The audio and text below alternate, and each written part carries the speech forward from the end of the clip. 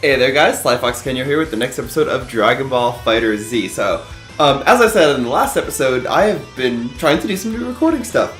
So the very first episode of this that I recorded for you today, you guys don't get to see because the recording didn't actually line up the way I wanted it to. So this would actually be the third recording of this for the week, but it's actually only going to be the second. Now, let me tell you why that's not a big deal for you guys. The first recording was actually a relapse, or a replay, of the last level of Chapter 7, which you guys had already seen on the channel.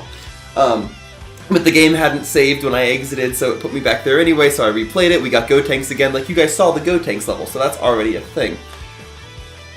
But you guys don't get to see it again, and I had, you know, this nice little 10-minute episode of blah blah blah blah, but it's okay, because it's a repeat episode anyway, so you guys just don't get to see it. I'm just frustrated because it wasted my time. However, it is helping me work out the kinks in this new recording system that I'm using, and I'm actually kind of grateful that it happened on a game like this that's meant to be a little bit more low-key. That's actually why I started by playing this game first, because it is more low-key. So, yeah, so this is the second episode of Dragon Ball FighterZ this week, not the third, but that is absolutely okay. I hope that you guys are enjoying the higher quality recording stuff. I'm not going to say what I changed, because I don't want you guys to necessarily be like trying to nitpick it, because hey, you know, I'm doing the best I can, I'm trying to learn. But I hope you guys just can appreciate that these are hopefully higher quality videos when all is said and done at the end of the day. Well, not hopefully, I know they will be. And it takes a little bit of... Yeah, but stop backflipping, you douche! Why are you backflipping, you frick? Who does that? Who does that in a fight? Just a backwards dropkick every time. That's freaking annoying. Alright, anyway, sorry. I hope you guys are enjoying, like, the new stuff, because it's much more professional, top to bottom of a process now than what I was doing when I started this channel 2 years ago, which was simply... Fucker, stop it!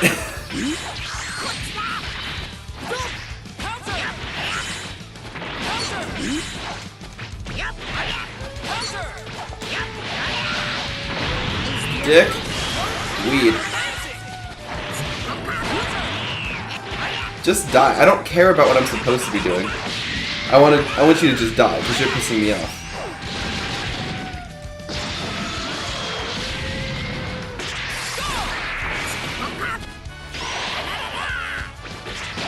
You piss me off, sir. My name is Goku. You killed my father. Prepare to die. Aww. Why? Why does it not register the frickin' R2 like it's supposed to?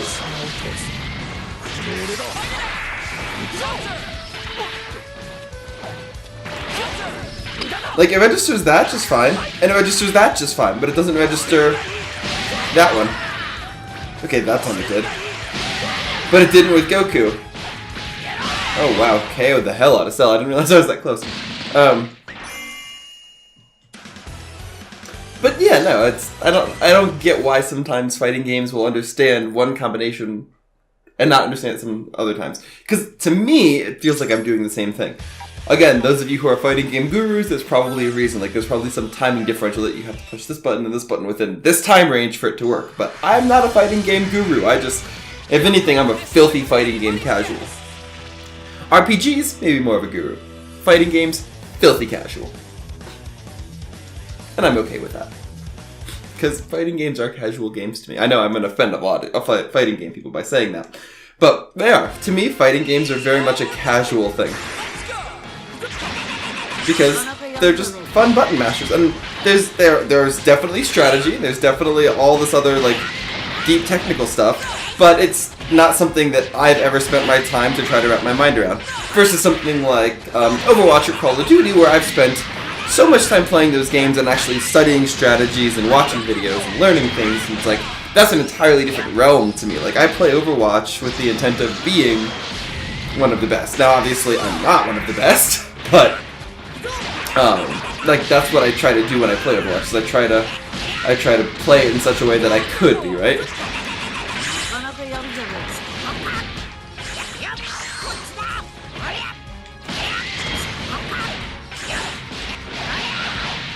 That worked, okay. So, fuck off. But yeah, I don't play fighting games with the intent of like, oh, I'm gonna be the best fighting game player ever! And because it's just because I suck at them. I've always sucked at them. But believe it or not, one of the first games I ever played was a fighting game. That's like actually kind of what got me into gaming. So when I was younger and my sister was still living with us, we had a Sega Genesis, we had the Nintendo Entertainment System, and an Atari. Well, the Sega Genesis, one of the only games we had for it, was Mortal Kombat 3 Ultimate. So that was the first fighting game, like legitimate fighting game, that I ever really played. Oh, I gotta go kill Boo, I gotta go kill Boo. And so that kind of is what spawned my love for casual fighters, because it used to be that living room fighter where it's okay, I had one controller, my sister had the other, and we would just kick her butt.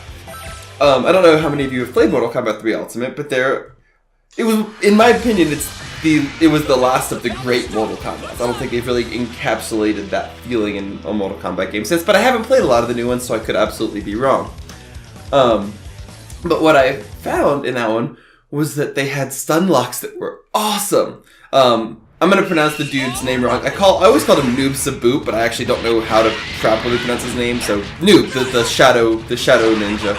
I loved using him because his kick combo, which was a 4 to 7 hit combo, if I remember correctly, was absolutely devastating, and you could just repeat it en masse, which made it like awesomely powerful against people like Katana, who my sister always played. Yeah, so it was one of those things. It was like, yeah, okay, my sister would play Katana and do the little fan wavy stun lock thing that she could do, but then I would just drop out of it and pop, pop, pop, pop, pop, pop, and I could just kick her to death. And now keep in mind, my sister is a decade older than me, so me doing the button mashy stun lock thing would always annoy the high heavens out of her. But it was fun. It was just a fun thing, and so that's kind of what got me into fighters, is where that story was going. And that's also how I play fighters, right? I just play kind of as a filthy casual. I don't get into fighters. I just play fighters. Yeah, if that makes sense at all. I mean, obviously it makes sense. You're watching me play and I'm losing horribly to computers that probably couldn't wipe their own asses if they were told how. Anybody know any pro-level DBZ fighters that have actually played through the story missions? I'd be curious to watch their playthroughs, because I just want to see what it looks like. So if you guys know of anyone, rate their channels down in the comments below, or if it's your channel, rate it down in the comments below. If you're watching this video going, you fucking scrub, this is how you do this, let me know. I'd be curious to see. I sincerely enjoy watching people who are better than me play video games. I've actually been watching the Bloodborne series. I've been watching the speedrunners play that.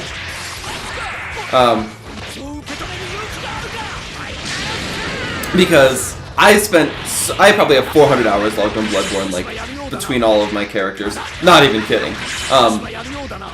And watching speedrunners do, like, the all-ball speedrun, which the world record, last time I looked, was 1 hour and 7 minutes.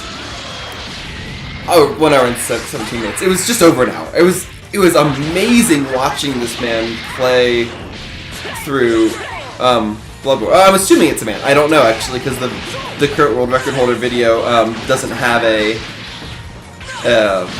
face cam while they're playing. It's simply a screen cap of the game with all of the timing information on the little right panel.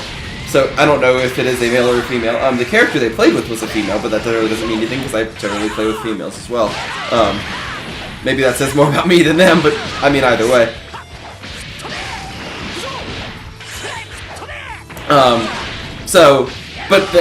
I watched the Bloodborne playthrough, the speedrun of all the bosses, and it was absolutely insane. I actually picked up a few tricks from it.